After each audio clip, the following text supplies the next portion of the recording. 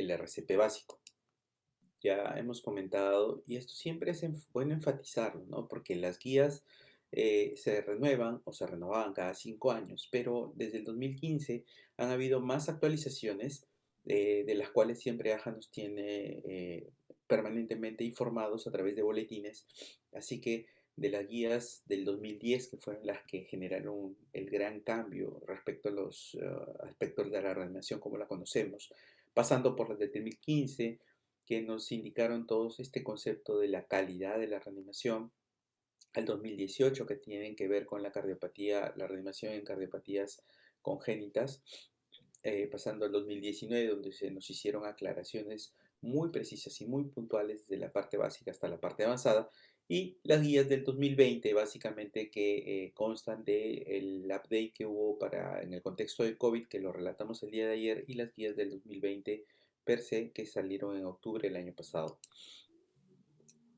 Un poco para recapitular, porque para poder entender y hacer un engranaje correcto de la reanimación cardiopulmonar es fundamental poder saber o entender algunos conceptos básicos que denota justamente en el contexto desde activar los eslabones de la cadena de sobrevivencia. Por tanto, a eso se refiere con los sistemas de atención rápida y mejora continua, la RCP dirigida por un operador telefónico de emergencias y los centros de paro cardíaco. Cuando nosotros hablamos de la RCP asistida por un operador telefónico, implica que debemos tener un sistema prehospitalario organizado. Y es así que las recomendaciones de los centros de atención telefónica de emergencia ofrezcan instrucciones de RCP y capacitan a los operadores telefónicos de emergencias. Es un aspecto que hay que tener en cuenta porque estos operadores telefónicos deben dar instrucciones en caso de paro cardíaco en adultos. ¿Y por qué? Porque ya se ha demostrado claramente que el tiempo es músculo que se pierde, por tanto, la reanimación debe hacerla la persona que encuentra a la víctima, no esperar a que llegue el equipo médico necesariamente. Por tanto, otra evidencia y de actualización es que los operadores telefónicos de emergencias deben instruir a las personas que llaman para realizar la RCP en adultos que parecen sufrir un paro cardíaco, sobre todo en la parte extrahospitalaria. Fíjense que es una recomendación fuerte, pero bajo nivel de evidencia, pero básicamente el beneficio de esta recomendación supera de completo el riesgo. Entonces, dos aspectos importantes. Con la primera es que los operadores telefónicos estén capacitados, y la segunda es que con esta capacitación puedan brindar ayuda, justamente instruir a las personas que llaman pidiendo ayuda. Y esto se basa en un fundamento específicamente. Sí, a pesar que sabemos que la RCP practicada por un testigo presencial aumenta la sobrevivencia del paro cardíaco, es decir, poca gente se involucra en el prehospitalario por temor, de repente por un poco de tratar de no meterse en problemas. Sin embargo, miren, ¿qué probabilidad hay que un testigo realice? Se triplica siempre que uno tenga la seguridad de que lo va a hacer bien. ¿Y cómo adquiere esa seguridad? Pues obviamente cuando hay una asistencia por un operador telefónico. Entonces, eso es lo interesante de todo este contexto, que básicamente aquí nosotros tenemos que dirigir o se tiene que dirigir a la persona que está haciendo la reanimación de manera que le pueda decir, pues verifica, revisa aquí, mira si está ventilando, descubre el tórax del paciente, pon las manos en posición y comienza a hacer la reanimación. Es así que nosotros, para poder hacer una RCP básica, y hay un concepto también importante que ya dijimos y vamos a volver a enfatizar lo que conversamos el día de ayer, pero así ustedes hagan una RCP avanzada en adultos o en pacientes pediátricos, uno tiene que siempre partir de la base. ¿Y qué es la base? La base es básicamente hacer una RCP calidad. Y es así como nosotros tenemos que, respecto a la frecuencia de las compresiones, estas deben ir entre 100 a 120 por minuto. Ya saben, no menos de 100, no más de 120. La efectividad se consigue en ese rango, promedio 110 por minuto. Maximizar el tiempo de las compresiones, si nos ponen ahí un cronómetro, y esto básicamente va en relación a minimizar los tiempos de las interrupciones de las compresiones. Que hay que hacer compresiones profundas, pero no demasiado. Es decir, se agregó un límite de profundidad, esto ya salió desde el 2015, entre 50 y 60 milímetros. Más profundo puede ser peligroso para los pacientes. Y esto tiene un fundamento. Ahmed, ya esto lo hemos mencionado, es que demostró que en pacientes adultos la probabilidad en dos resultados finales que nos interesa a los médicos es que el paciente retorna a circulación espontánea, ¿no? Mayor probabilidad de retornar a circulación espontánea y que los que salieron de circulación espontánea salgan vivos al alta, se adquiere en el rango de compresiones entre 100 y 120 por minuto. 100 y 120 por minuto. Entonces, por eso el razonamiento de por qué uno dice, ¿por qué 100 y no más de 120? Ahí está justamente el fundamento. Hasta el 2010 eran hasta 100 compresiones por minuto. Ahora, ya a través de este resultado que salió en el 2012 y que lo adoptaron en el 2015, pues se vio que la frecuencia de las compresiones entre 100 y 120. Y también la profundidad implica también un valor que se ha demostrado que cuando se encuentra la profundidad de las compresiones entre 50 y 60 milímetros, pues obviamente vamos a tener una mayor probabilidad de retorno a circulación espontánea y una mayor probabilidad de sobrevivencia a la alta hospitalaria. Y también aquí hay que tener el concepto que como tercer fundamento de una RCP de calidad es minimizar las interrupciones de las compresiones torácicas. Específicamente, y vamos a volver a repetir, el concepto de la presión de perfusión coronaria. Y realice las ventilaciones. Las interrupciones entre las compresiones deben durar menos de 10 segundos. Cuando se detienen las compresiones, el flujo sanguíneo hacia el corazón y el cerebro disminuye considerablemente. Al reanudar las compresiones hay que realizar varias hasta que el flujo sanguíneo al corazón y al cerebro vuelve a estar en los mismos niveles. Cualquier interrupción puede dar lugar a un flujo sanguíneo bajo y reducir las probabilidades de RC. Cuando analizamos en este video, por ejemplo, nosotros tenemos que, miren, aquí comenzamos las 30 compresiones. Esas barritas son el número de compresiones. Pero no crean que nosotros, cuando empezamos las 30 compresiones, ya superamos desde la primera o segunda compresión el umbral de presión de perfusión coronaria. Para nada. Más bien aquí lo que se denota es que el paciente recién se está comprimiendo y cuando la compresión número 5, número 6 superamos y mantenemos el umbral. ¿Ven? Se dan cuenta que a pesar de que comprimamos de la manera que se indica, no todas las compresiones son parejas. Eso lo que implica es que obviamente pues hay algunas compresiones que van a ser más profundas, otras van a estar en el rango. La idea es tener una media de todo esto y que estemos por encima de la presión de perfusión coronaria, que habíamos definido que en el laboratorio se ha medido más de 15 milímetros de mercurio. Eso significa que la presión de perfusión coronaria es la presión diastólica de las coronarias menos la presión telediastólica de la aurícula izquierda. Pero cuando nosotros damos dos ventilaciones, ¿qué pasó? Todo lo que pudimos lograr se cae. Se cae por dar las dos ventilaciones. Entonces no estamos diciendo que sea más importante uno o el otro. Simplemente ambos son destrezas y habilidades que tenemos que conocer de la reanimación como tal, pero tiene que minimizarse el tiempo en que damos las ventilaciones y después dar las 30 otras compresiones y así en todos los ciclos que venga. Sin embargo, hay un aspecto fundamental que tener en consideración. Cuando nosotros hacemos estas 30 compresiones, obviamente la efectividad de nosotros pues va a disminuir en el tiempo. Imagínense esta misma figura media hora después, 20 minutos después. Obviamente pues no llegaremos probablemente a la presión de perfusión coronaria o a la justa sostengamos el umbral porque es un proceso que cansa, es una reanimación cardiopulmonar, es un proceso bastante que ocasiona bastante cansancio, fatiga. Y si preguntan, pues, ¿cuánto es la efectividad de las compresiones torácicas para generar gasto cardíaco? Porque ese es el concepto. Pues la efectividad no llega a ser un 27, un 30% aún en los mejores reanimadores. Y vamos a ver que esto implica obviamente otro concepto fundamental que es la fracción de compresión torácica. Y este término importantísimo implica y va relacionado a que minimicemos las interrupciones de las compresiones. A más tiempo que comprimamos el tórax, pues va a ser mucho mejor. La FCT es la proporción de tiempo del intento de reanimación que el paciente pasa recibiendo compresiones torácicas.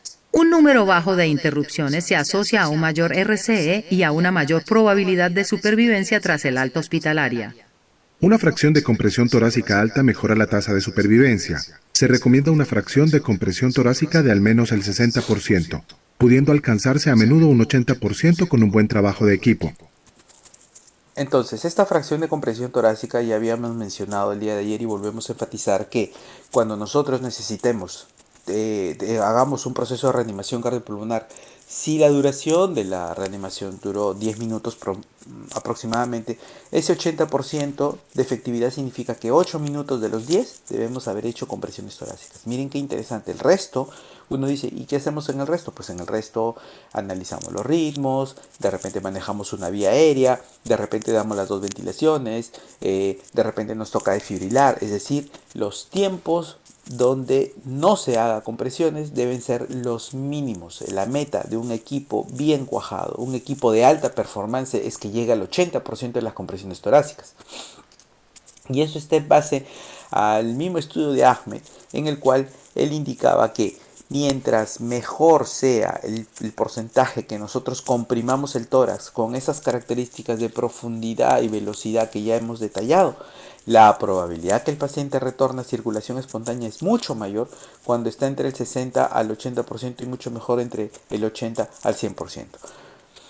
Cuando salió este estudio de donde hemos el razonamiento, el fundamento, para el 2015 nos decía entre el 60 y 80%. 2020 ha sido muy enfático y nos ha dicho, no, tienes que ser el 80% para arriba.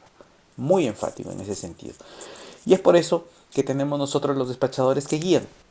Aquí también es importante lo que habíamos mencionado, la RCP dirigida por un teleoperador. Y esto está desde el 2015, ¿no? Los despachadores también pueden utilizar aplicaciones en redes sociales para dirigir la asistencia cercana, y ahora ustedes se dan cuenta cómo hay varios smartphones que tienen estas funciones integradas en su software, ¿no? Entonces son aplicaciones que uno puede desplegar si es que no tenemos pues un sistema prehospitalario bien organizado.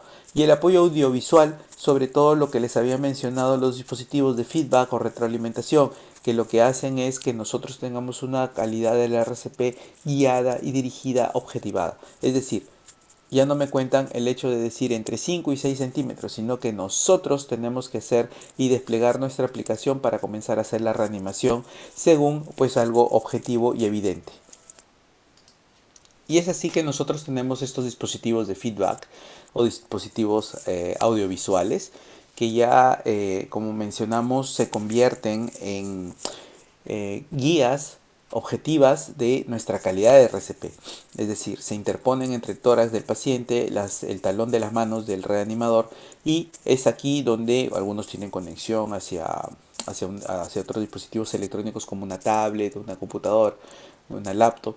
Pero acá lo que objetivamente nos miden son dos cosas fundamentales. Nos indican o tienen un metrónomo para que nos orienten más o menos a la cantidad de compresiones por minuto, y además tienen un medidor de profundidad, el cual es como cuando practicamos en los maniquíes, y los maniquíes tienen alguna forma, señal audiovisual que nos haga percibir justamente las compresiones, y es en base a esto que nosotros podríamos decir si lo estás haciendo a la velocidad y a la profundidad adecuadas. Es cierto que estos son dispositivos de pronto caros, en promedio $70 en el mercado, pero también el American Heart, en base a lo que habíamos mencionado de la RCP. Y estas aplicaciones durante la RCP, pues hay varias para los dispositivos que tienen el sistema operativo iOS, Android, en la cual pues también se convierte el celular pues en un metrónomo. Y es por eso que vamos a tener que nos van a indicar nuestro propio celular interpuesto entre las manos, justamente cómo lo estamos haciendo. Y el Full Crow Pro, que son registradores de todos los eventos de reanimación. Y es cierto que nosotros debemos tomar el teléfono, así como ustedes pueden ver en los videos que se están lanzando, para poder convertir nuestro celular en un metrónomo, en un dispositivo de feedback. Y eso realmente pues es interesante, porque ya estamos aquí en otro nivel de pronto, ¿no? Si uno ve la evolución de la reanimación, pues ya integrando todo lo que estamos en un mundo tecnológico, y justamente pues nos indica cada cuánto, cómo lo estamos haciendo, o sea, nos mide la efectividad. 2010 nos trajo, 2015, perdón, nos trajo dos cadenas de sobrevivencia, que hasta el 2010 era sola uno. ¿Por qué? Solamente una, porque ya se dieron cuenta que los paros eran tanto en intrahospitalario como en el extrahospitalario. Lo que 2020 nos trajo fue adicional a estas dos cadenas, que se siguen manteniendo, un sexto eslabón en la cadena de sobrevivencia, que es la recuperación.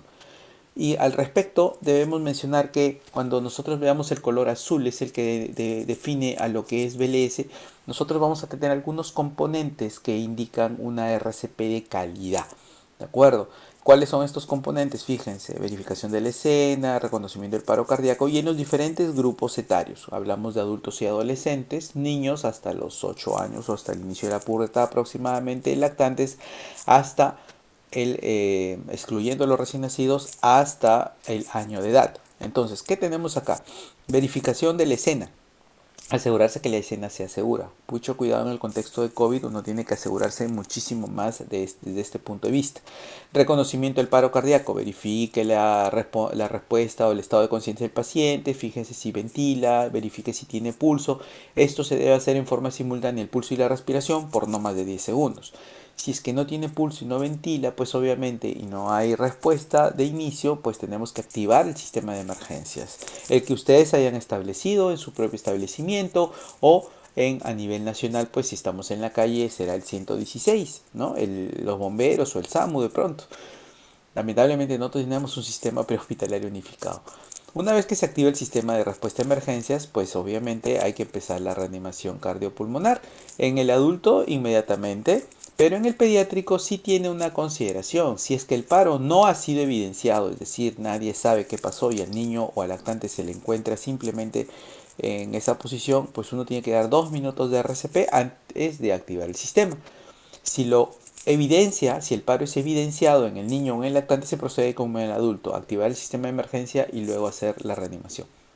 La frecuencia de compresión y ventilación, eso se ha mantenido. Si estamos uno o dos reanimadores, la frecuencia es 32. Si estamos un o más reanimadores, perdón, un reanimador en los pediátricos, o sea, en niño y lactante es 32. Y si se trata de dos o más reanimadores en niños y lactantes, será la relación 15-2. ¿De acuerdo? Entonces, ¿y por qué? Porque en los pediátricos la causa más probable de parada cardíaca lo constituye el problema respiratorio y es por ese motivo que uno tiene que dar 15-2. Es cierto, la tasa de compresiones, más o menos, si no tenemos un reloj y quien nos oriente, son 5 ciclos de 32 hace aproximadamente 2 minutos y 10 ciclos de 15-2 en el caso de dos reanimadores en pacientes pediátricos nos hace aproximadamente 2 minutos. Otra cosa también es importante.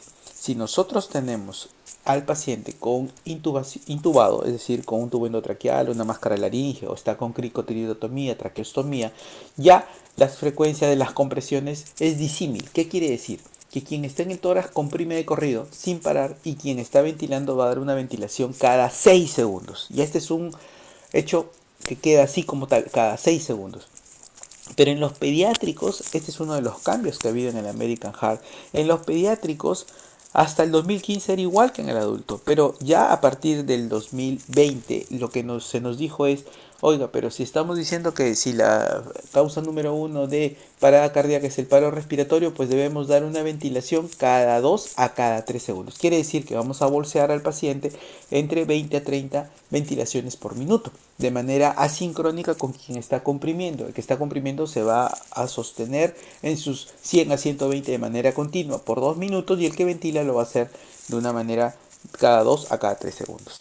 La frecuencia de las compresiones entre 100 y 120, eso no ha cambiado, se mantiene. Respecto a la profundidad de las compresiones, ya saben, 5 centímetros y no más de 6 en el adulto. En el pediátrico, para cualquier grupo de edad, un tercio de profundidad del diámetro anterior o posterior del tórax. Una manera más práctica en niños 5 centímetros, en lactantes no más de 4. La colocación de las manos tiene que ser justamente en el medio sobre el esternón, en el medio de ambas mamilas, ¿de acuerdo? Y siempre haciendo la profundidad de manera adecuada. En el niño puede, según el tamaño de la víctima, pues ir una mano encima de la otra. Y en los lactantes, pues obviamente ya saben ustedes la técnica de una sola mano, de 2 dedos de una sola mano, cuando se trata de técnica de uno. Pero AJA ha mencionado también como otro de los cambios es que si yo con una sola mano, si estoy solo y con una sola mano no logro la frecuencia y la profundidad que son los objetivos, pues debo poner mis dedos, mis 2 pulgadas, rodeando al tórax del paciente. ¿De acuerdo? O sea, con de un solo reanimador puede utilizar 2 pulgares, porque esa técnica específicamente de los 2 pulgares es para 2 reanimadores, pero ha dado esa libertad, porque a veces es muy incómodo hacer la reanimación con 2 dedos de una sola mano para un solo reanimador. Por eso es que ha liberado y ha flexibilizado y diciendo, sí, tú si estás solo puedes hacer la técnica como si fuesen 2 personas. Hay que permitir que el tórax retroceda elásticamente después de hacer la compresión.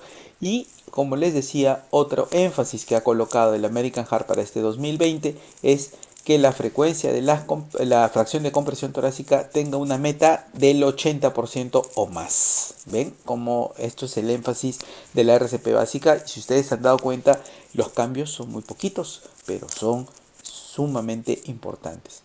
Respecto al algoritmo de consumo de opiáceos para los profesionales de la salud, ya saben, y esto lo conversamos el día de ayer, es que ante una sospecha de intoxicación por consumo de opiáceos hay que pedir ayuda, hay que solicitar obviamente la naloxona y hay que ver si la persona ventila con normalidad.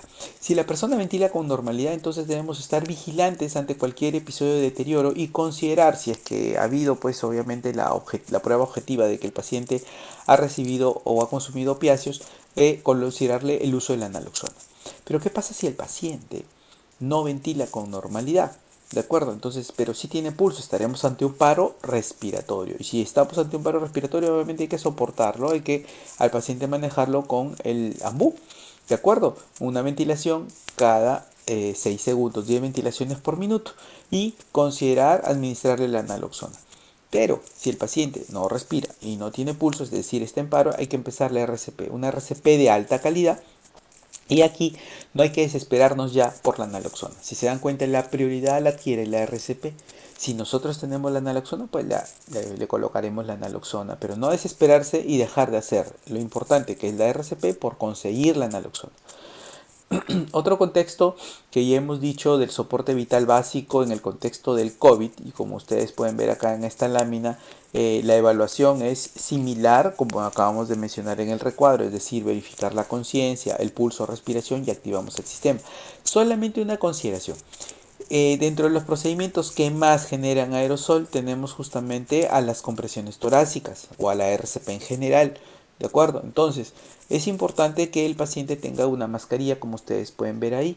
Y esta mascarilla lo que hace es justamente que minimizar el riesgo de generación de aerosoles. Y si nosotros también nos colocamos los equipos de protección personal que están indicados, pues obviamente tendremos un doble filtro, minimizando nuestra exposición. Ahora, fíjense cómo es que también hay otro detalle. Miren, el AMBU tiene un filtro. Y es que a partir de ahora el filtro se ha vuelto en un hecho ya de rutina. No debemos permitir hacer ningún proceso de manejo de la vía aérea con una bolsa de reanimación si es que no tiene ese filtro de protección. Otra cosa también interesante de todo esto es que, como van a ver ahorita en un video de la técnica, es que la persona que está a la cabecera del paciente tenga sus dos manos colocadas haciendo doble C y doble E, sellando adecuadamente, y quien comprime tenga que bolsear. Normalmente debería bolsear el que está en la vía aérea, pero si se dan cuenta, el concepto es que haya un adecuado sello para que se minimice la generación de aerosoles, como vamos a ver. Entonces, aquí lo importante es que siempre tengamos que tener las compresiones torácicas de acuerdo con, sin practicar la ventilación boca a boca, es decir, compresiones de corrido, solo manos, o si ya tenemos a nuestro compañero, que él haga doble sello. Y vamos a ver, como ustedes pueden ver ahí, las compresiones se hacen de corrido con la mascarilla en el sitio sin que se retire, sin tener que ventilar. Y ya cuando estamos con una compañía, con nuestro relevo o con nuestra ayuda, fíjense quién bolsea es la persona que está en las compresiones. ¿Por qué? Porque se hace un adecuado sello. La persona que va en la vía aérea, su responsabilidad es que no exista fuga, porque si no nos pone en riesgo a todos. Y el que comprime va a tener que ventilar uno, ventilar dos. ¿Bien? La posición de la gestante, y aquí es interesante, como les había mencionado, es que para la reanimación en este grupo etario importante, este grupo poblacional, siempre tenemos que tener el útero desplazado hacia el lado izquierdo. Ya sea que estemos del lado derecho, que se desplazará con una sola mano, o sea que estemos al lado izquierdo, donde se desplaza con dos manos. El concepto es que el útero debe salir o estar por fuera, ¿no? No debe comprimir la vena cava. Y esto se tiene que sostener durante todo el proceso de reanimación. Quiere decir que a la gestante se le coloca pues en una superficie firme y dura como si fuera un adulto estándar, ¿de acuerdo? Y en posición en decúbito supino, si estamos en el lado derecho, desplazar el útero con una mano o con dos manos si es que estamos al otro lado, para evitar la compresión de la cava. Es esto lo que demuestra pues que nosotros estamos haciendo una RCP de calidad, ya saben, y reforcemos este concepto porque es algo que tenemos que interiorizarlo y tenerlo permanentemente. La RCP de calidad implica la frecuencia de las compresiones entre 100 a 120 por minuto, una profundidad de 5 centímetros, no más de 6, permitir la expansión torácica completa tras cada compresión. Recuerden el efecto del gotero. Un gotero no llena cuando comprimimos, sino cuando descomprimimos. Es lo mismo que sucede en el retroceso elástico del tórax respecto a la generación de precarga y gasto cardíaco. Minimizar las interrupciones de las compresiones torácicas y evitar la hiperventilación. Ya saben, el punto 4, minimizar las interrupciones de las compresiones torácicas, va en relación a la fracción de compresión torácica. Y como ustedes pueden ver ahí, esto es un trabajo en equipo. Como hemos demostrado, el trabajo en equipo es crucial, es fundamental para lograr un buen puerto, para llegar a un buen paso. Entonces vamos a ver ahora cómo es que a través de ciertos videos que vamos a ir colocando, cómo es que se activan estas cadenas de sobrevivencia, cómo es que se hacen las maniobras de RCP y cuáles son los fundamentos que se necesitan. Muy bien, aquí vamos a ver este primer video. La secuencia de activación de la cadena de sobrevivencia en las guías 2015 nos indica que una vez verificada la seguridad de la escena, los reanimadores abordan a la víctima preguntándole si se encuentra bien. Si la víctima no responde, activan el sistema de emergencias para solicitar un desfibrilador. Luego evalúan en forma simultánea, máximo en 10 segundos, pulso y respiración. Si en ese lapso determina que no hay pulso ni respiración, empiezan las maniobras. Ya, entonces ahí ustedes se dan cuenta cómo es que la activación dice 2015, pero esto no ha variado. Uno verifica pulso, la conciencia del paciente. Si está inconsciente, ese es un primer momento en que puede activar la cadena sobre el sistema de emergencia. Y luego vuelve la víctima y en 10 segundos hace pulso y respiración. Pero la otra forma es evalúa la conciencia del paciente, evalúa pulso y respiración por 10 segundos de manera simultánea y si no tiene ninguno de ellos, activa el sistema. La verdad es que hacerlo, la verdad es que da lo mismo como lo haga de una u otra forma que hemos mencionado. El concepto es que active el sistema de emergencia antes de empezar la técnica de la reanimación. Entonces vamos a volver a ver este video para que quede bien claro cómo es que se activa justamente el sistema de emergencia. La secuencia de activación de la cadena de sobrevivencia en las guías 2015 nos indica que una vez verificada la seguridad de la escena, los reanimadores abordan a la víctima preguntándole si se encuentra bien. Si la víctima no responde, activan el sistema de emergencias para solicitar un desfibrilador. Luego evalúan en forma simultánea, máximo en 10 segundos, pulso y respiración. Si en ese lapso determina que no hay pulso ni respiración, empiezan las maniobras. Bien, ahora vamos a ver qué características tienen las compresiones torácicas en adultos y cómo podemos hacerlas, ya no solamente habiendo escuchado que tiene que ser entre 120, 5 y 6 centímetros, sino que ya vamos a hacer con la parte de la práctica.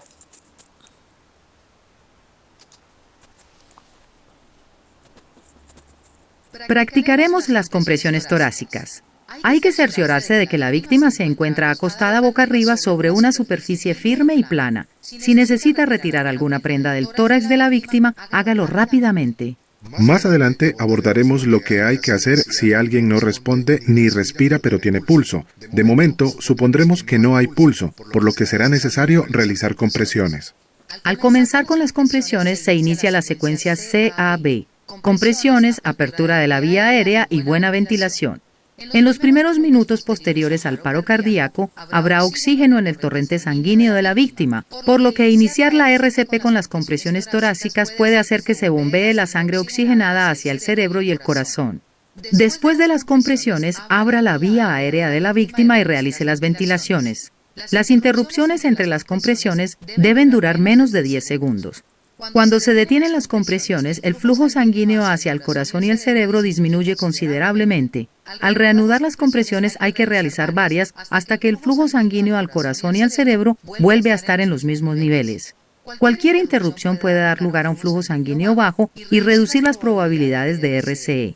Descubra el tórax de la víctima para que después se puedan conectar los parches del DEA.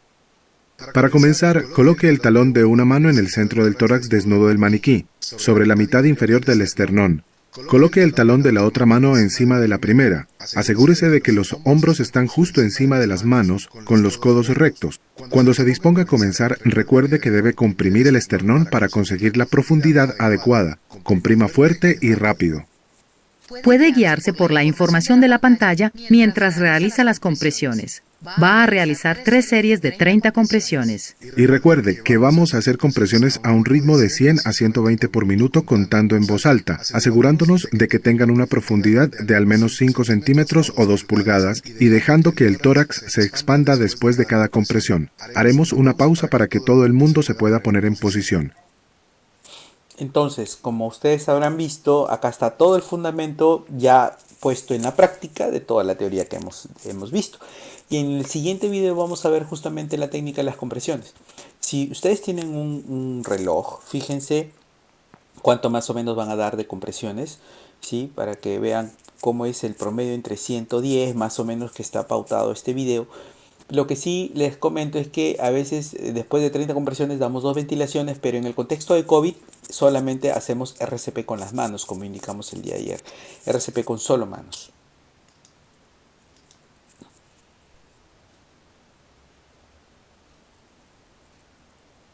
Dos, 3, 4, 5, 6, 7, 8, 9, 10, 11, 12, 13, 14, 15, 16, 17, 18, 19, 20, 21, 22, 23, 24, 25, 26, 27, 28, 29, 30. Entonces ahí, después de esos 30 compresiones, nosotros deberíamos dar las 2 ventilaciones, ¿verdad? Pero solamente se está virando acá las compresiones. Fíjense la posición de las manos en el centro del tórax, sobre el esternón, que si la mano derecha va sobre la mano izquierda o viceversa es indistinto. Miren cómo es que los codos se mantienen rectos, no se doblan. Miren cómo en el reanimador la articulación se hace básicamente en la cadera, ¿no? En la cadera como un pistón, es ahí donde se hace toda la técnica de hacer la adecuada compresión torácica a la profundidad y a la velocidad que hemos definido. Vamos a volver a colocar. Solamente les doy un dato. Ahí el video salió, es un video de la edición previa, eso no interesa, lo que les estamos mencionando es lo que es, pero sí lo que me gustaría es que ustedes vean cómo es que esas 30 compresiones se tienen que dar entre 15 y 18 segundos, ese es el objetivo. Así que si tienen un cronómetro ahorita, colóquenlo, voy a volver a poner el video y van a darse cuenta de cuando empiece la primera compresión, pongan start o iniciar en su cronómetro y van a ver que entre 15 y 18 segundos deben darse las 30 compresiones. Ese es más o menos el promedio cuando nosotros hacemos los entrenamientos que les decimos a los reanimadores que tienen que hacer. Vamos ahí, voy a poner el vídeo y miren nuevamente la técnica, ¿no? La profundidad, la velocidad van a ver ustedes. Cómo es que no se mueven los codos rectos haciendo un ángulo de 90 grados con los hombros y la articulación se hace en la cadera. Ahí está nuevamente. RCP de calidad. Comprima fuerte y rápido. 5 y no más de 6 centímetros. Realice compresiones entre 100 y 120 por minuto.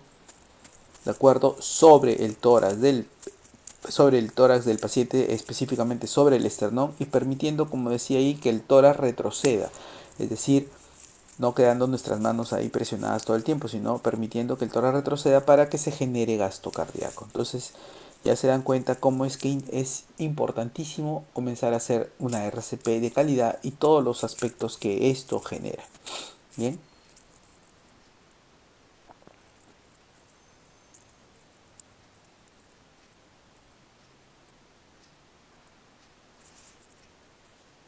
Ok. Ahora vamos a ver la técnica completa de la evaluación, toda la sistematización. 1, 2, 3, 4, 5, 6, 7, 8, 9, 10, 11, 12, 13, 14, 15, 16, 17, 18, 19, 20, 21, 22, 23, 24, 25, 26, 27, 28, 29, 30.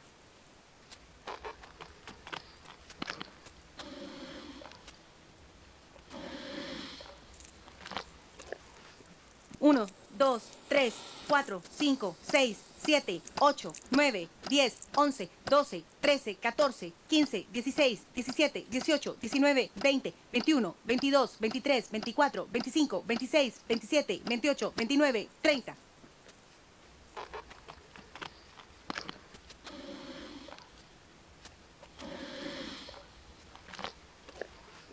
1, 2, 3, 4, 5, 6, 7, 8, 9, 10, 11, 12, 13, 14, 15, 16, 17, 18, 19, 20, 21, 22, 23, 24, 25, 26, 27, 28, 29, 30.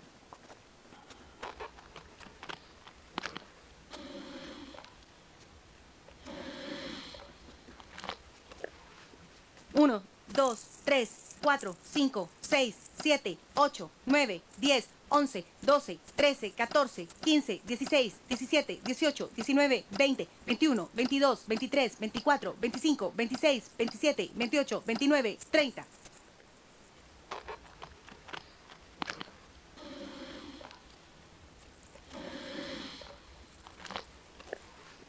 1, 2, 3, 4, 5, 6, 7, 8, 9, 10, 11, 12, 13, 14, 15, 16, 17, 18, 19, 20, 21, 22, 23, 24, 25, 26, 27, 28, 29, 30. Si se dieron cuenta, este aspecto de la ventilación voz-boca, nuestra boca al dispositivo, ¿no? Ya no se está haciendo más en el contexto de COVID. Así que simplemente el reanimador comprimiría de corrido sin parar, de acuerdo a la velocidad y profundidad que ya sabemos. Pero el escenario más real en el contexto de un hospital es la ventilación con bolsa mascarilla, es decir, con el ambú. Y aquí vamos a ver algunos aspectos relacionados. Solamente les puedo decir que cada ventilación, sea un boca a boca, sea un boca a dispositivo, como el video que acabamos de pasar, o sea con el ambú, debe durar solamente un segundo.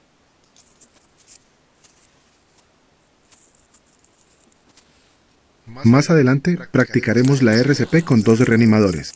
Para esa práctica usaremos el dispositivo bolsa mascarilla. Primero vamos a aprender a usarlo. Este dispositivo consta de una bolsa de ventilación y una mascarilla facial y tiene varios tamaños. Con él también se puede usar un suplemento de oxígeno. Para empezar, sitúese justo por encima de la cabeza de la víctima. Use la técnica de sujeción CE para sostener la mascarilla. Coloque la mascarilla sobre el rostro, tomando como referencia el puente de la nariz. Con los dedos pulgar e índice de una mano forme una C y presione los bordes de la mascarilla. Los otros 3 dedos formarán una E para extender la cabeza, levantar la mandíbula y abrir la vía aérea. Fije la mascarilla con el pulgar e índice mientras levanta la mandíbula para que la mascarilla quede bien sellada al rostro. Y apriete la bolsa con la otra mano o presiónela contra la pierna o el cuerpo. Si el tórax no se eleva con cada ventilación, no lo está haciendo bien. En ese caso, reajuste la mascarilla, vuelva a colocar la cabeza y el cuello e intente ventilar. Después, solo si es necesario, administre más aire. Los conceptos cruciales para las ventilaciones son los mismos que para la mascarilla de bolsillo. Se administran 2 ventilaciones de 1 segundo cada una tras cada serie de 30 compresiones. Asegúrese de que cada ventilación dure 1 segundo, con un volumen suficiente para elevar el tórax. Al ventilar de este modo, es menos probable la distensión gástrica, es decir, que el aire pase al estómago en lugar de a los pulmones, pudiendo causar vómitos y aspiración. Si hay varios reanimadores, la forma más eficaz de ventilar con un dispositivo bolsa mascarilla es mediante la técnica de 2 personas. Un reanimador se centra en mantener la vía aérea abierta y sujetar la mascarilla, mientras el otro aprieta la bolsa para insuflar una cantidad de aire que haga elevarse el tórax. Con las 2 manos, el primer reanimador creará un sello sobre el rostro del paciente y levantará la mandíbula. Los dedos pulgar e índice de ambas manos forman una C para sellar la mascarilla al rostro. Los 3 dedos restantes de cada mano forman una E que levanta la mandíbula contra la mascarilla. No apriete demasiado la mascarilla para evitar que la mandíbula de la víctima descienda y bloquee la vía aérea. Ahora practicaremos la técnica de bolsa mascarilla con un reanimador para que dentro de unos minutos podamos combinarla con las compresiones en una secuencia con 2 reanimadores. Vamos a hacer una pausa para ponernos en posición. Listo, entonces vamos ahora a hacer la práctica. Fíjense de cómo es la técnica de la C y de la E. Miren bien cómo es que sujeta con la mano no dominante la mascarilla y el ambú la bolsa con la otra. Siempre el ambú a veces tiene una correíta que reposa sobre el dorso de nuestra mano. Vamos a ver la técnica.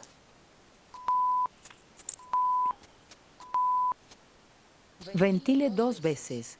Observe que el tórax se levanta. Ventile 2 veces.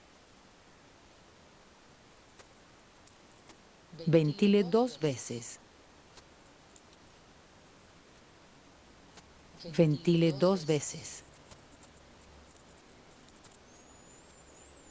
Ventile 2 veces. Con suficiente cantidad, fíjense cómo se mueve el tórax. Y ese es nuestro mejor indicador que estamos ventilando bien, que se levante el tórax. Ahora vamos a ver toda la secuencia que hemos visto en un caso, para ver todas estas habilidades por separado, para ver cómo es que se integra en una reanimación ya in vivo, en una práctica con una reanimación de un adulto con 2 reanimadores.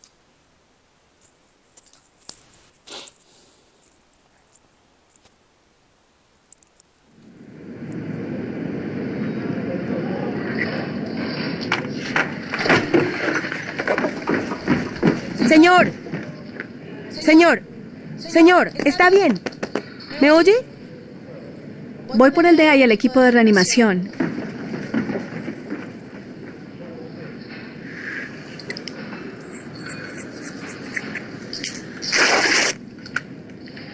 Código azul, cafetería. 1, 2, 3, 4, 5, 6, 7, 8, 9, 10, 11, 12, 13, 14, 15, 16, 17, 18, 19, 20, 21, 22, 23, 24, Aquí está la mascarilla de 25, bolsillo. 26, 27, Aplique 28, los parches 29, sobre el tórax 30. desnudo de la víctima.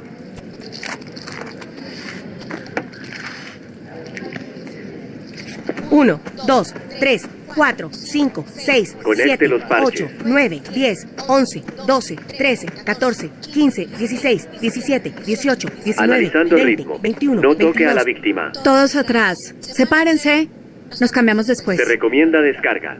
Cargando, apártese de la Todos víctima. atrás. Pulse el botón de descarga. Descarga realizada. 1, Reanude 2, las compresiones 3, 4, torácicas. 5, 6, 7, 8, 9, 10, 11, 12, 13, 14, 19, 20, 21, 22, 23, 24, 25, 26, 27, 28, 29, 30. 1, 2, 3, 4, 5, 6, 7, 8, 9, 10, 11, 12, 13, 14. Yo me encargo de las Analizando compresiones ritmo. cuando le diga el No DEA. toque Bien, a la gracias. víctima. Yo hago las ventilaciones. Se recomienda descarga. Cargando. No toque a la Todos víctima. atrás. Pulse el botón de descarga. Descarga realizada. Reanude las compresiones torácicas. 1, 2, 3, 4, 5. ¿Lo han visto caer? 7, sí, se desvaneció. ¿Cuánto hace? Fue hace unos 3 minutos. Iniciamos las compresiones de inmediato. Esa era la segunda descarga. Bien. 22, 23, 24, 25, 26, 27, 28, 29, 30.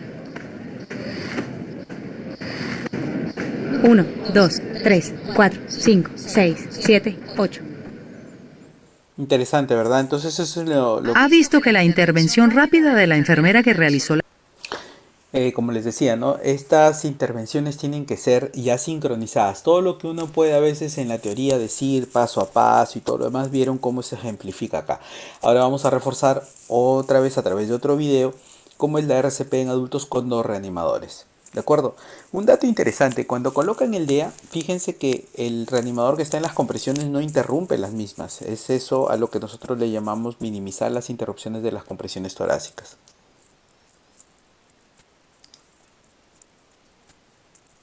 Ahora aprenderá a trabajar en equipo. Para algunos profesionales de la salud y reanimadores, una reanimación con equipo de 2 personas es lo más habitual. En la RCP con 2 reanimadores, las tareas están repartidas. El reanimador 1 debe colocarse junto a la víctima. Se encargará de las compresiones contándolas en alto. 1, 2, 3, 4. Ya ha aprendido la técnica correcta de las compresiones. El reanimador 2 debe colocarse tras la cabeza de la víctima. Mantendrá la vía aérea abierta y hará las respiraciones con bolsa mascarilla, observando que el tórax se eleva sin ventilar en exceso. Entonces aquí vamos a ver ahora cómo es que se ponen conjuntos de la activación del sistema de emergencia y la técnica de dos reanimadores. Fíjense también la colocación del DEA que no interrumpe las compresiones torácicas. Escenario seguro. Evalúe la conciencia del paciente. El paciente no responde. Active el sistema de emergencia y consiga un desfibrilador. Evalúe ahora en forma simultánea pulso y respiración por no más de 10 segundos.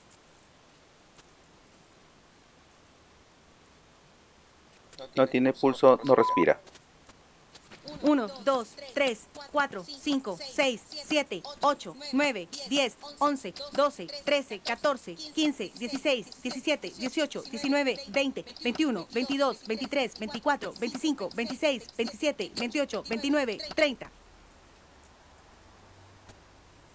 1, 2, 3, 4, 5, 6, 7, 8, 9, 10, 11, 12, 13, 14, 15, 16, 17, 18, 19, 20, 21, 22, 23, 24, 25, 26, 27, 28, 29, 30.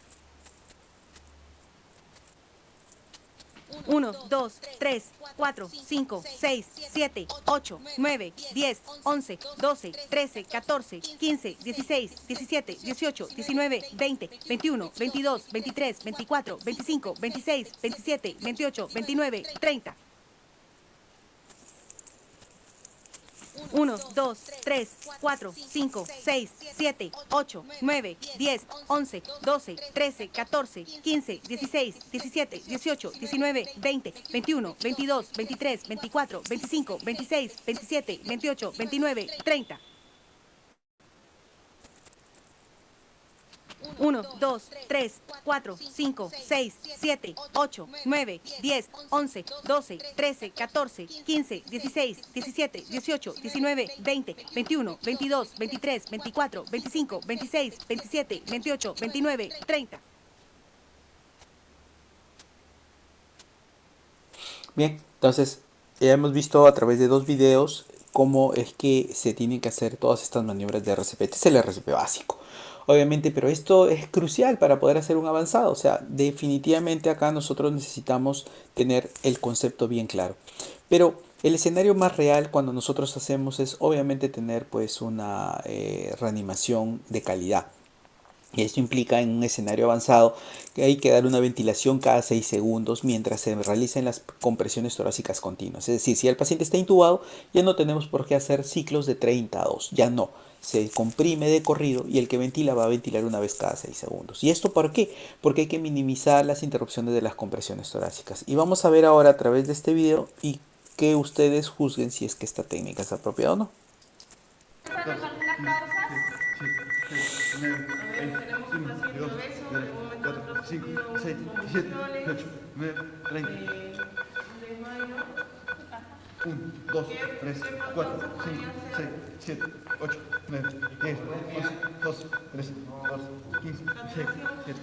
saturación ahorita no tomar funciones durante el RCP. Si se dieron cuenta, este paciente está intubado, ¿cierto? Tiene una máscara laringea colocada, pero está intubado. Por tanto, vieron cómo es que 30 compresiones y da 2 ventilaciones. Eso no está bien. ¿Por qué? Porque lo que hace es justamente demorar o ir en contra de la fracción de compresión torácica. Aquí simplemente el que comprime no debería parar. Y el que bolsea, pues una ventilación cada 6 segundos. Así voy a poner más o menos acá el video para que nos demos cuenta. 6, 7, 8, 9, 10, 11, 12, 13, 14, 15, 16, 17, 18, La saturación ahorita 22, no tomar funciones durante el RCP. 19, 30. Ya. Y claro está que el retroceso elástico del tórax tiene que darse de una manera espontánea, ¿no? Entonces no hay que quedarnos en el tórax comprimiendo permanentemente, sino que hay que comprimir y pues permitir que se descomprima tal como hemos visto en las técnicas, ¿no?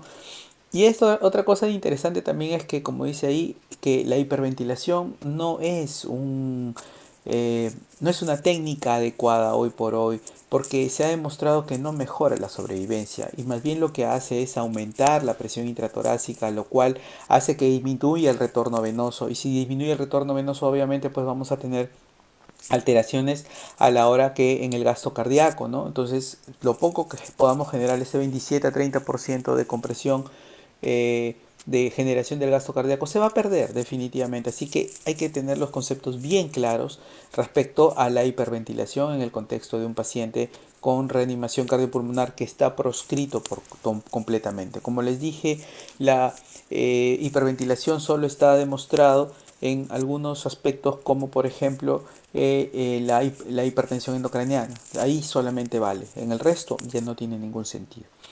Y vamos a ver ahora aspectos de la desfibrilación. Ahora vamos a concentrarnos en el uso del DEA. Vamos a hacer que se familiarice con el DEA que usará para el entrenamiento de hoy en la clase.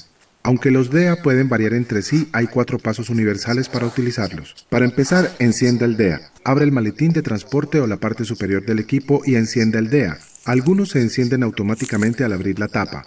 Después, coloque los parches sobre el tórax de la víctima. Utilice como referencia los diagramas de los parches para ubicarlos correctamente. Algunos DEA tienen parches de adultos y pediátricos. Asegúrese de que utiliza los parches de desfibrilación para adultos en víctimas con 8 o más años. Si no está seguro de la edad de la víctima, utilice los parches para adultos. En algunos modelos es posible que tenga que conectar los parches. Fijándose en las imágenes de los parches, ponga la parte adhesiva sobre el tórax desnudo de la víctima. Coloque un parche a un lado del pezón izquierdo y el otro en la parte superior derecha del tórax, justo debajo de la clavícula. Después de encender el DEA, algunos equipos indican que se pulse un botón para comenzar el análisis del ritmo cardíaco. Otros lo analizan de forma automática. El análisis del ritmo del DEA puede tardar entre 5 y 15 segundos. El DEA emitirá una señal acústica cuando esté listo para analizar el ritmo de la víctima. Después avisará para que todo el mundo se aparte. El reanimador debería repetir con voz enérgica la orden de apartarse, asegurándose de que todos los presentes la hayan recibido.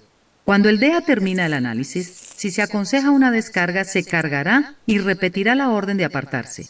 El reanimador debería repetir la orden a todos los presentes. Diga en voz alta algo como «todo el mundo atrás» o simplemente «atrás». Asegúrese de que nadie esté en contacto físico con la víctima, ni siquiera la persona que realiza las ventilaciones. Después se puede administrar la descarga. A continuación, pulse el botón de descarga.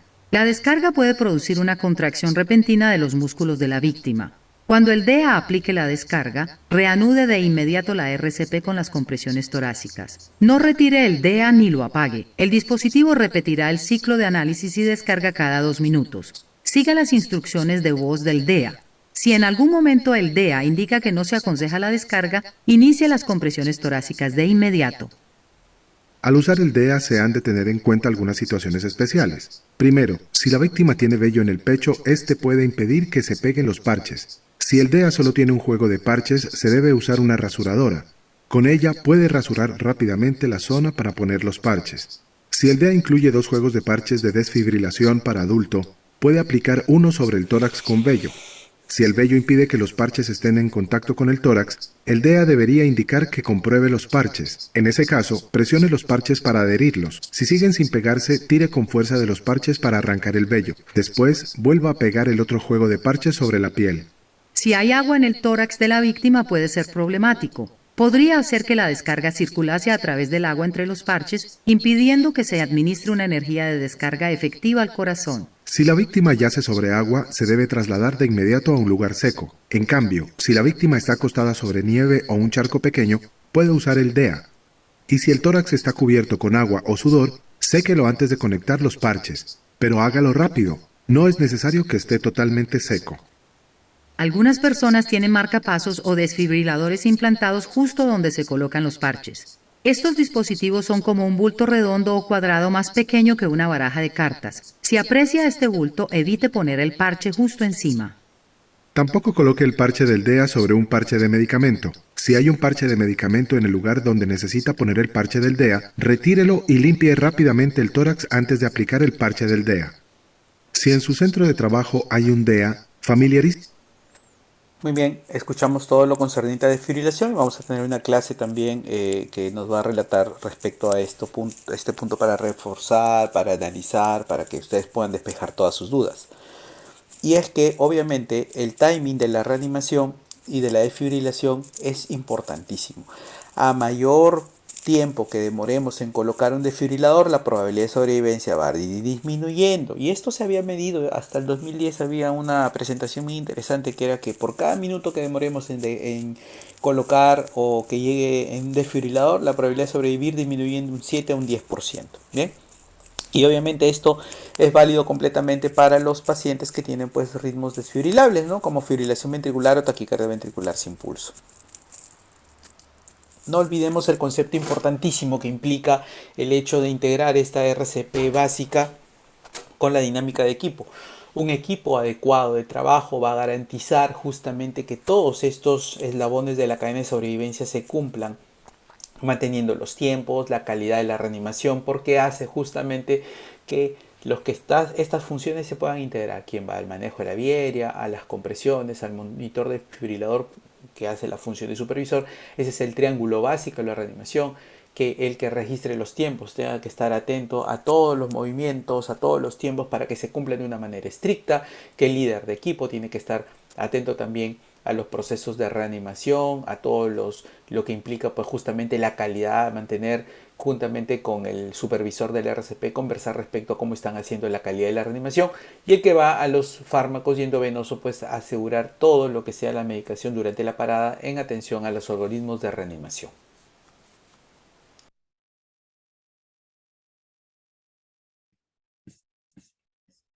Muy bien, Juan Carlos, estamos llanos a las preguntas que hubiese por parte del auditorio. Ok, doctor, perfecto. Invitamos pues a los participantes si tienen dudas o consultas, hacerlas llegar, puede ser por el micrófono o por el chat.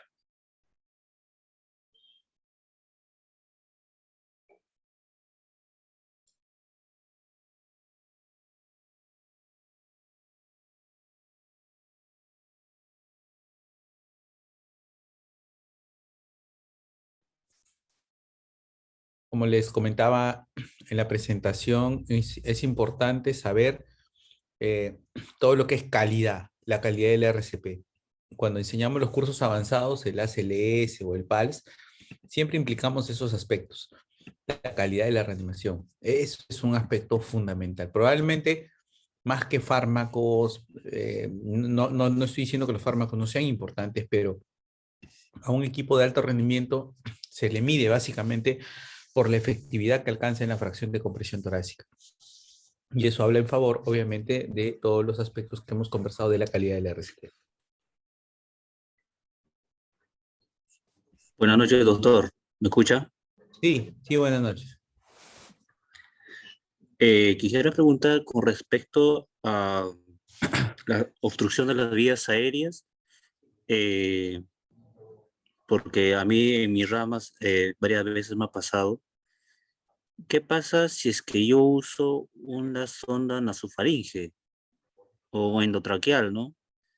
Pero tengo que realizar un RCP.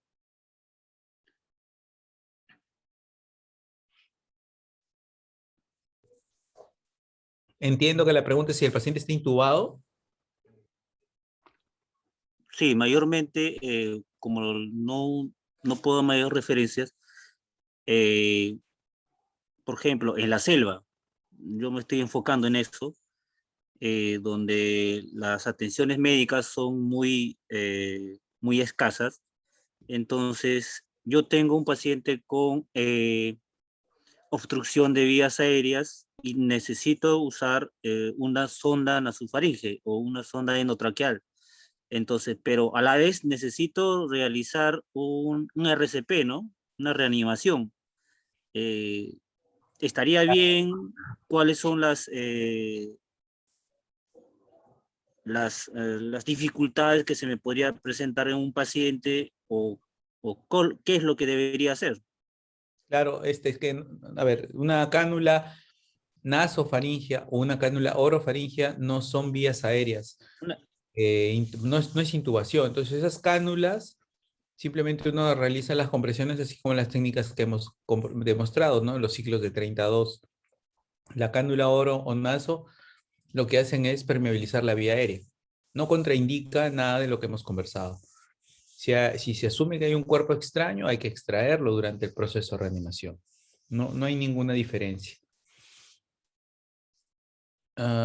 Brigitte, ¿en qué lugares se colocarían los parches si el paciente tuviera un marcapaso u otro dispositivo? Como ya se había mencionado, el marcapaso se va a colocar justamente por debajo de el sitio, o sea, por debajo, o sea, no tocando el marcapaso, sino por debajo. ¿Por qué? Porque si uno coloca el parche sobre el marcapaso, pues va a dar una lectura errónea o va a malograr el dispositivo en todo caso. Entonces, siempre se tiene que colocar 2 centímetros nunca encima, sino por fuera, dependiendo, ¿no? Porque habitualmente los marcapasos están más hacia el lado izquierdo, no tanto en el derecho.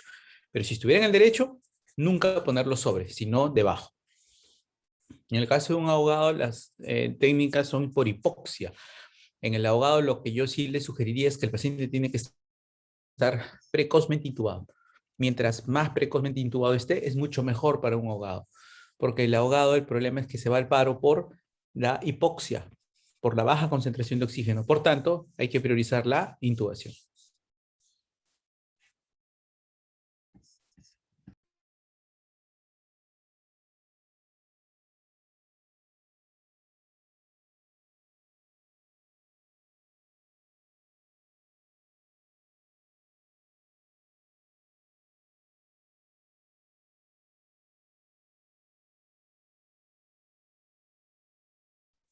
Claro, el tubo de Mayo.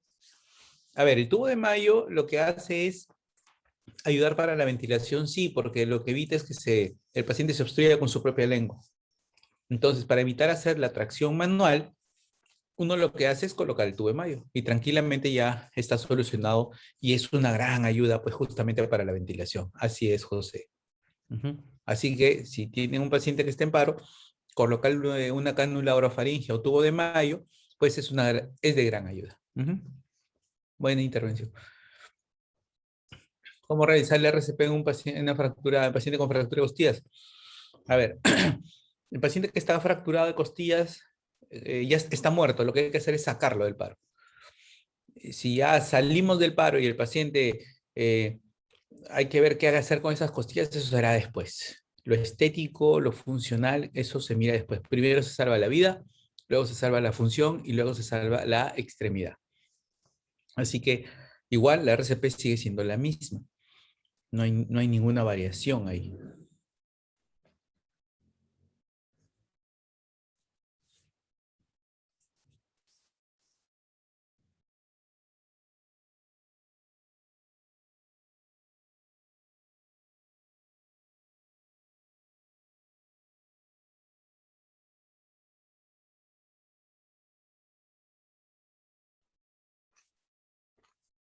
Claro, ya lo del ahogado ya hemos conversado. Justamente ya lo conversé. En el ahogado, la causa del paro es la hipoxia, baja concentración de oxígeno. La única diferencia es que habría que intubarlo precozmente. Esa es la única diferencia que habría. Isabel dice, y no se complicaría más por lo de las cosas. Es que, a ver, lo que tienen que entender es que si estamos comprimiendo y rompemos las costillas, si es una persona adulto mayor, es probablemente que tenga sus calcificaciones. Pero yo digo una cosa, ¿qué me preocupa más? ¿Porque no le rompa la costilla o por salvarle la vida? Porque al que le estoy comprimiendo está muerto. Lo que tengo que hacer es resucitarlo. Y si lo resucito y sale del paro, ya me preocuparé a ver qué hago con las costillas. Así que no se preocupen por las costillas.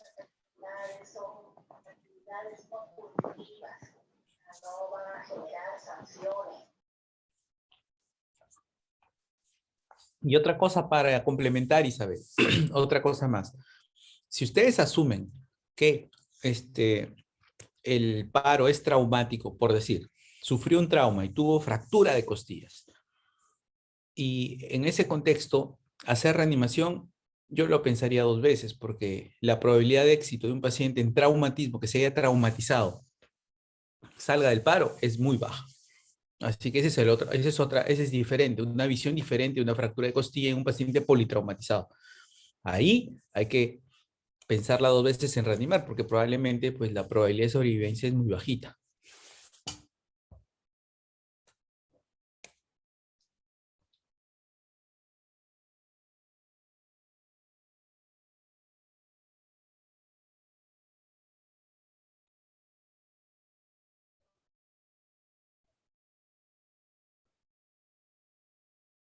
¿Alguna otra pregunta?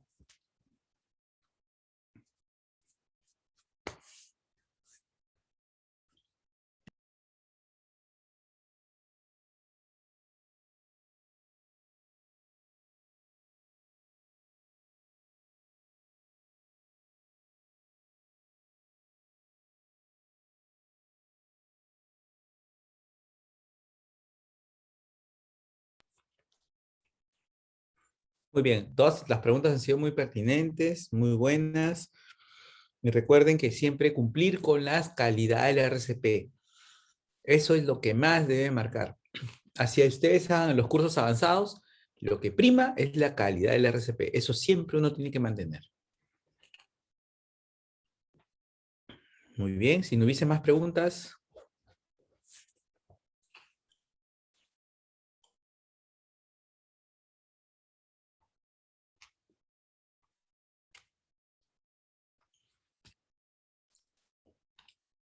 Si ha de sufrir una descarga eléctrica, igual es una consideración especial. Igual al paciente se le reanima, tratando de, en lo posible, de las descargas eléctricas hay que ver, porque probablemente sean ritmos desfibrilables. Igual se utiliza el desfibrilador. Lo único que hay que ver es nada más el sitio de entrada y salida de por donde sale la descarga para tener precaución en no quemarnos nosotros, los reanimadores. El paciente ya está quemado, ya le pasó la descarga eléctrica y por motivo de eso hizo el paro. Hay que sacarlo en la reanimación tal cual una persona eh, estándar, ¿no? Como es lo que hemos conversado. El oxígeno, recuerden que durante el paro siempre es el máximo litraje, 15 litros por minuto. Siempre el oxígeno se pone al máximo durante la parada. 15 litros por minuto en el dispositivo de la bolsa.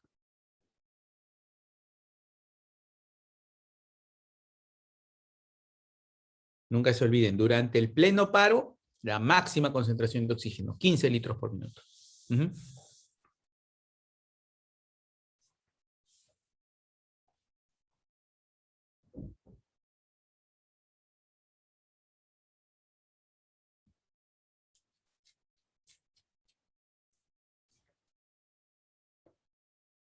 Ok, muy bien. Creo que no hay más preguntas, Juan Carlos.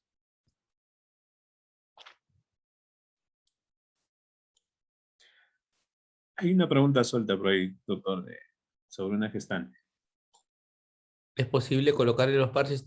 No se preocupen ustedes, las gestantes son adultas.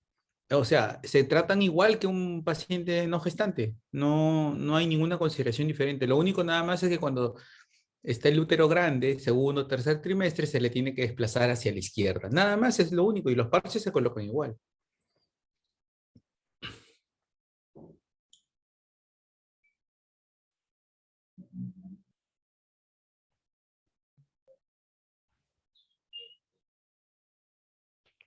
Ok, creo que ahí está todo. Perfecto, doctor. Agradecido siempre por todos los conocimientos volcados en nuestras sesiones. Ok, Bendiciones a cada uno de ustedes y estamos finalizando la sesión. Buenas noches. buenas noches.